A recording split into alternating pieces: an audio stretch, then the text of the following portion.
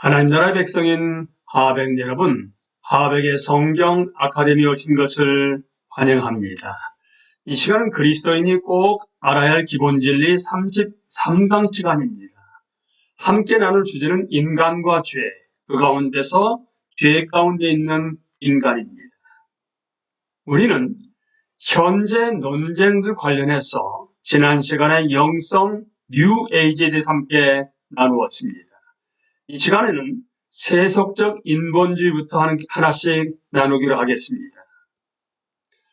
이것은 세속적 인본주의는 현대 서구 세계 대다수 사람들 사이에서 지배적 위치를 차지하는 인간학의 일반적 명칭으로 17세기에서 18세기 초에 일어난 계몽주의의 역사적 뿌리를 두고 있습니다. 이 시기는 다양한 측면에서 인간 이해 발전에 거대한 영향을 미쳐 근대적 자의식을 구성하는 지배적 인식 내용의 많은 부분이 형성되었는데, 그중 특히 자율성, 즉 종교나 전통 등 모든 제약으로부터 인간 정신이 독립해야 한다는 주장을 언급할 수 있습니다. 이 특징은 에스트팔렌 조약이라는 정치적 형태로 나타났는데, 이를 계기로 종교 전쟁이 사실상 막을 내리게 되고 영적 영역과 세속적 영역으로 분리되었습니다. 계몽주의적 경험의 중요한 특징은 우주 해석에 물리적 법칙을 적용한 것으로 이것이 근대 과학 탄생의 계기가 되었습니다. 또 다른 특징은 역사 비평, 곧 인간 정신이 현재와 과거를 구별하고 각 시대를 각자의 내재된 원리에 따라 평가하는 지적 도구가 등장한 것입니다. 데카르트, 뉴턴, 흉, 볼테르, 루소, 기번, 레싱, 제퍼슨 같은 사람들은 다양한 분야에서 인간 사상의 놀라운 변화를 표현했습니다. 이로부터 등장한 후기 계몽주의 시대의 근대적 개인은 세계 호기심을 품고 자신의 판단을 신뢰하고 정통적인 것에 회의를 품었으며 일반적으로 권위에 반항하고 인간성을 자랑스러워하고 인간과 자연의 차별성을 인식하고 자연을 이해하고 이용할 수 있는 인간이 지적 능력을 확신했으며 전능한 신에 대한 의존성은 대체로 약화되었습니다. 19세기 동안 이 자율적 사고방식은 무의식적인 세계를 탐구하고 특히 프로이드죠. 사회 세력의 의미를 자각함으로써 마르크스입니다. 더 심화되었습니다.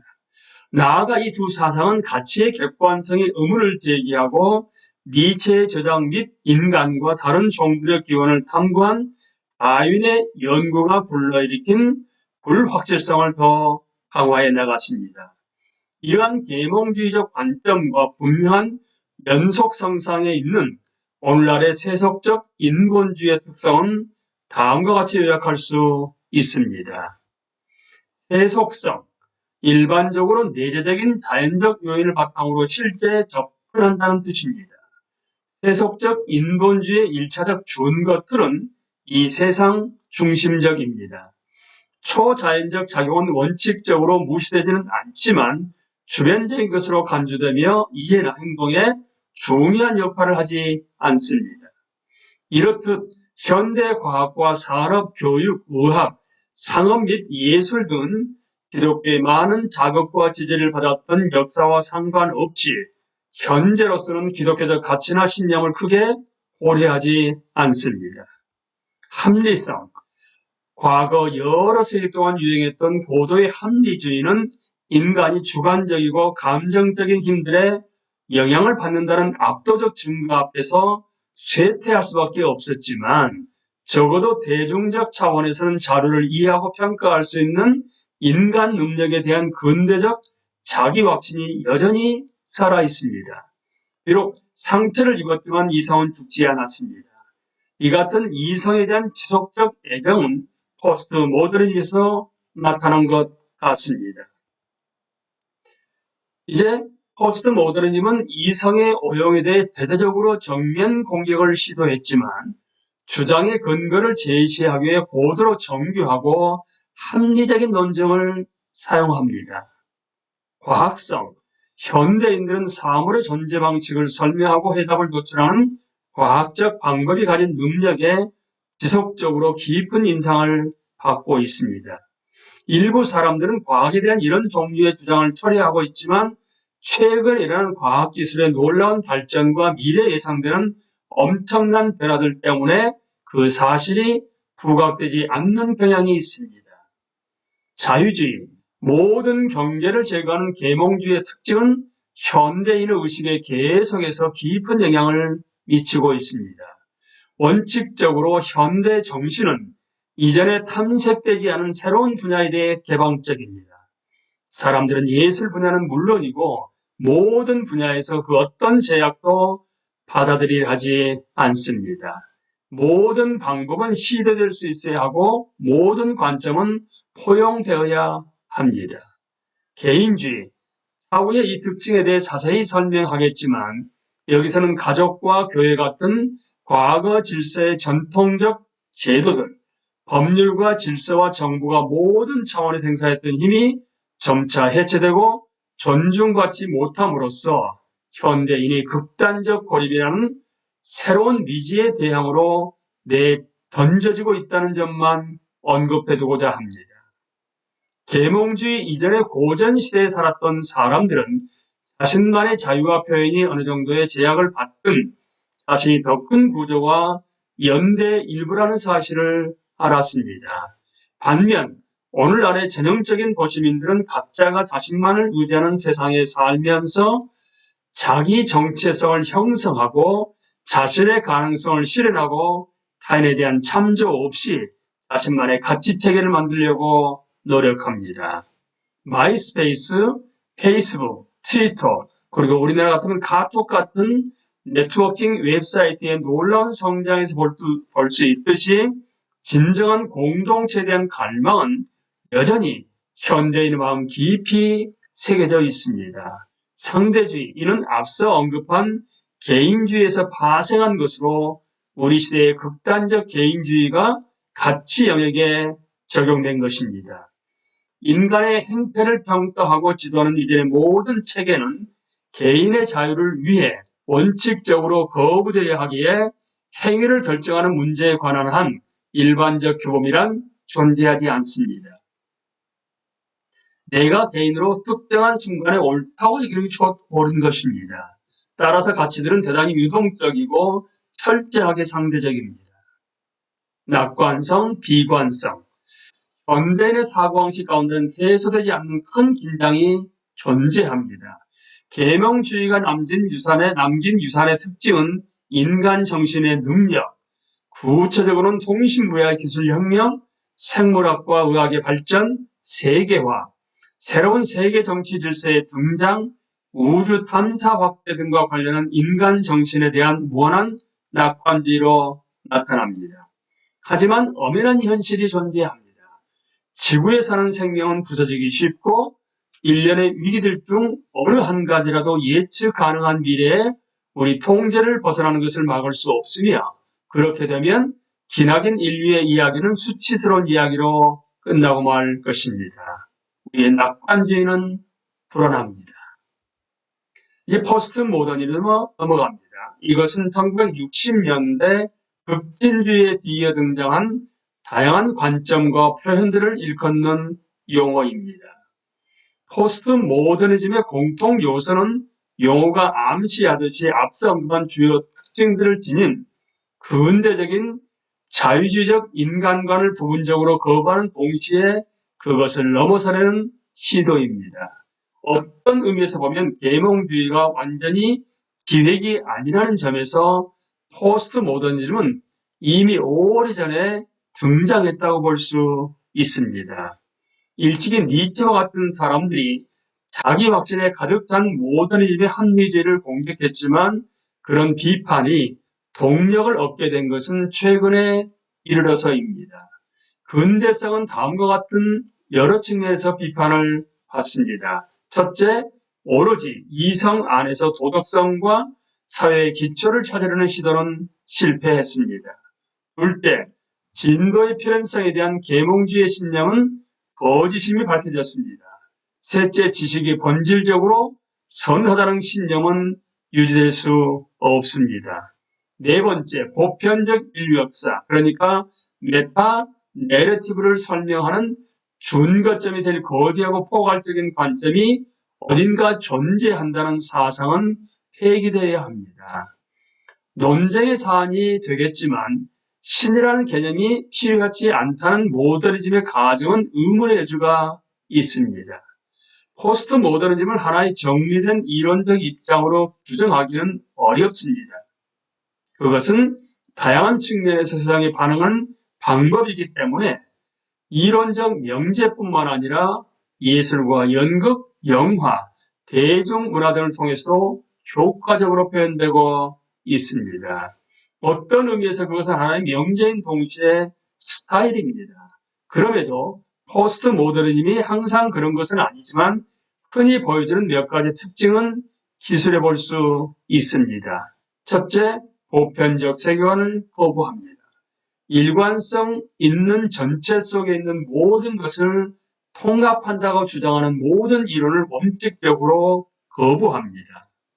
두 번째, 어떤 전체적 패턴 없이 여러 스타일이 함께 어우러지는 다양성을 중시합니다. 포스트 모더니즘은 모든 부분이 독특하며 동일한 가치가 있다고 봅니다. 세 번째, 개별적인 것과 구체적인 것에 초점을 맞춥니다. 더 큰 전체로 일반화하거나 통합하려는 시도는 모두 거부합니다. 실체보다는 스타일이 매우 중요합니다. 네 번째, 개인적이고 직접적인 경험을 중시합니다. 진정한 객관성을 찾으려는 계몽주의의 시도는 실패했기 때문에 오직 주관성만이 중요합니다.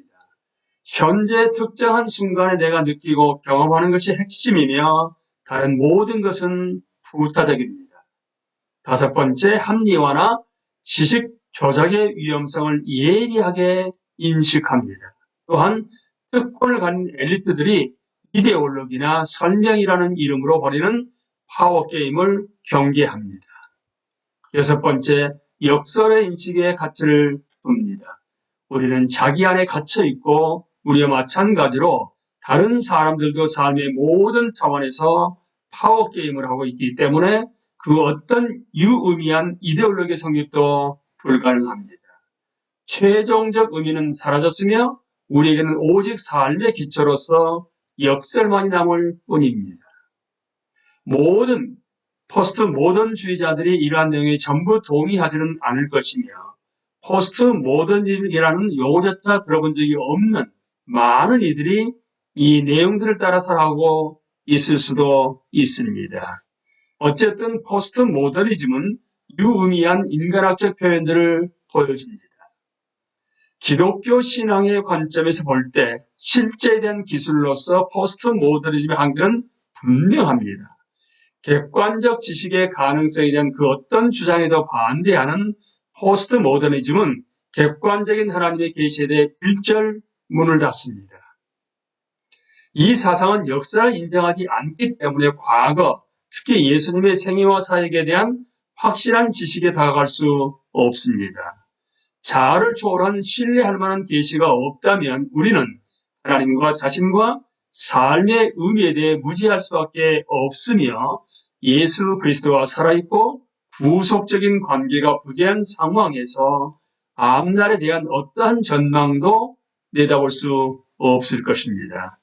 포스트 모더니즘은 순수한 현재적 경험에만 집중할 뿐 그것을 해석하거나 의미를 부여하는 방법을 제시하지 않기 때문에 결국 절망적이고 개인주의적인 자기 고립으로 전락하고 맙니다.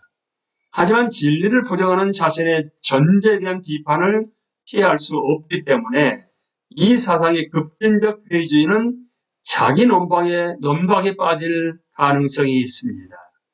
진리에 대한 모든 주장은 의심스러운 것이므로 그런 주장이 의심스럽다고 보는 그 관점 역시 의심스러울 수밖에 없습니다. 따라서 진리에 대한 어떤 주장은 의심스럽지 않은 것일 필요가 있으며 이로써 진리에 대한 포스트 모더니즘의 보편적 부인은 매우 불안정한 상태에 놓이고 말았습니다. 이러한 내재적 취약성은 의미를 향한 추구와 특히 종교적 질문을 포함한 삶에 대한 위대한 질문들이 지속적으로 인간의 담론의 활기를 불어넣고 역사가들이 과거 이야기를 계속 써나가며 유력한 증거를 이용해 자기 해석을 뒷받침하는 우리의 실제 세상에서 직관적으로 알 수 있습니다.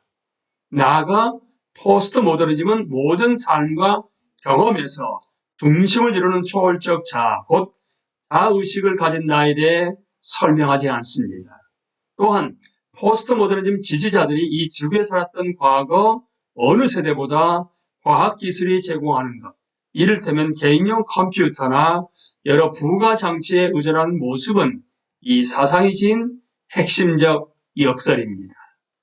사실상 그들의 삶을 지배하는 이 과학기술은 모든 기술 혁신과 진보의 방향을 제시하는 물리적 우주의 객관적 법칙과 확고한 수학적 진리에 관한 기본 지식에 기초하기 때문입니다. 한편 포스트 모더니즘이 성경의 기본 내용과 일치하는 몇 가지 중요한 측면이 있습니다. 완전히 객관적인 관점을 제공한다고 자처하는 이성에 대한 비판은 죄가 이성을 포함해 인간 존재의 모든 영역에 영향을 미쳤다고 보는 기독교적 관점과 일치합니다. 성경이 명확하게 말하듯 삶의 궁극적 진리는 초연한 이성이 아니라 개인의 회개와 헌신, 믿음 속에서 발견됩니다. 나아가 이 운동은 기독교 신앙을 명료하게 표현하고 옹호할 책임이 존재하지만 최종적 변증은 탄탄한 논증이나 축적된 증거가 아니라 인간의 경험 전체를 아우르는 공동체와 생활 방식 안에 신앙의 진리를 통합하는 것임을 일깨워줍니다. 마찬가지로 역사가 필연적으로 진보할 것이라는 모더니즘의 신념에 대한 포스트 모더니즘의 거부는 오직 하나님과 그분의 은혜만을 의지하는 가운데서만 비로소 진정한 자유와 성취를 향해 전진할 수 있다는 성경의 가르침과 일맥상통합니다. 방법 면에서 포스트 모더니즘은 기독교 복음의 하나의 기회가 되며 몇몇 지점에서 실제로 그렇습니다. 이 사상에 내포된 피할 수 없는 개인주의와 황량함은 공동체를 위한 창조된 인간의 마음에 공동체적 삶을 경험하고 싶은 갈망을 필연적으로 불러일으킵니다. 살아계신 그리스도와 그분의 성령으로 함께 결속된 사랑의 친교 공동체인 교회는 이러한 차가운 고립을 극복할 수 있는 훌륭하고 매력적인 대안입니다. 또한 다양성을 포용하고 전 세계적 관점을 취하고자 하는 포스트 모더니즘의 노력은 세계 곳곳에서 모든 민족과 문화를 포용하는 국제적 기독교 공동체의 상당한 의미와 적절성을 부여합니다. 지역 교회들이 주변의 다양한 문화와 여러 세대의 교회 구성원들을 용기 있게 포용하고 그것을 위협이 아닌 감사히 받아야 할 선물로 이해한다면 그들의 삶과 친교 공동체가 풍요해질 뿐만 아니라 교회 밖에서 포스트 모더니즘의 영향을 받은 사람들로부터 진실한 반응을 얻을 수가 있습니다. 마지막으로 메타 내러티브를 거부하는 포스트 모더니즘은 그리스도인과 특히 설교자들이 포괄적인 기독교 복음을 예수 그리스도를 중심으로 하는 유의미한 이야기로 제시하도록 도전합니다. 그 속에서 우리의 개인적 경험이 인정받고 고독을 극복하며 죄책은 완화되고 주변 환경을 긍정하게 되며 사회적으로 책임을 부여받고 역사적 실패를 수용하고 상상력이 해방되고 삶이 자유로워져 영광스럽고 살아계신 삼위일체 하나님을 섬기는 새롭고 영원한 목적을 지향하게 되는 그 이야기 말입니다. 우리는 이 시간에 세속적 인본주의와 포스트 모더니즘에 대해서 함께 나누었습니다. 다음 시간은 경제적 자유주의와 종교다원주의에 대해서 함께 나누도록 하겠습니다. 강의를 마칩니다.